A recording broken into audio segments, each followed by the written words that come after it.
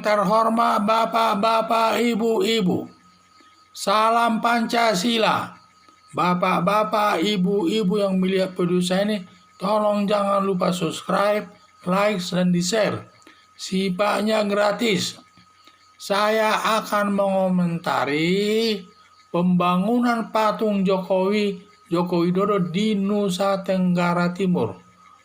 Sumber saya dari YouTube. Provinsi Nusa Tenggara Timur dikenal daerahnya kering, sulit air. Hampir di semua daerah, di daerah Kupang maupun di daerah tingkat 2 lainnya, hampir kesulitan air. Terkenal daerahnya kering. Dan juga saya lihat di sana itu, hampir daerah tingkat 2 itu kering, tidak ada air, terutama kalau musim kemarau itu. Selama merdeka sudah ada 6 presiden silih berganti menjadi presiden RI. Tidak ada yang memperhatikan pembangunan Nusa Tenggara Timur yang selalu dilanda kekeringan pada saat musim kemarau. Barulah setelah Presiden Joko Widodo ini terpilih sebagai Presiden RI, Presiden Joko Widodo telah membangun 7 bendungan air besar. Sehingga 7 bendungan air besar itu dapat menampung air yang sangat banyak yang dapat nanti digunakan untuk mengairi persawahan, pertanian, daerah-daerah pertanian di daerah NTT tersebut. Sehingga masyarakat juga tidak akan kesulitan air lagi, tidak ada lagi masalah-masalah terkait dengan air. Karena air sudah banyak, ada 7 bendungan besar di sana itu. Dan 7 bendungan itu sangat bagus dibangunnya. Jadi termasuk membangun pintu-pintu daerah perbatasan juga. Pembatasan antara Timor Leste dengan daerah Kupang. Di sana ada dibangun 3 perbatasan pintu keluar masuk Nusa Tenggara Timur dari Kupang ke Timor Leste.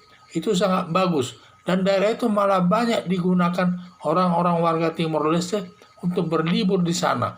Karena sangat bagus daerah tersebut, baik untuk daerah wisata mereka. Yang sangat cukup mewah lah ya. Pintu gerbang daripada 3 dari pintu gerbang tersebut antara Timor Leste dengan daerah Kupang. Di samping itu juga jalan-jalan umum sudah bagus, licin lah ya. Sangat bagus di sana.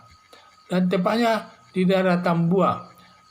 Di daerah Tambua tersebut, di daerah Tambua itu dibangun pintu gerbang keluar masuknya antara negara Timor Leste dengan daerah Kupang. Dan juga di sana ada pembangunan daripada Taman Jurassic Park, tempat untuk meningkatnya nanti turis-turis datang ke daerah Kupang tersebut. Masih banyak lagi daerah-daerah lain yang sudah dibangun oleh Presiden Joko Widodo untuk daerah Provinsi Nusa Tenggara Timur. Dan pembangunan tersebut merata dibangun di daerah tingkat 2, seluruh daerah tingkat 2 untuk Nusa Tenggara Timur tersebut. Jadi misalnya atas semua pembangunan di Nusa Tenggara Timur, masyarakat sangat senang.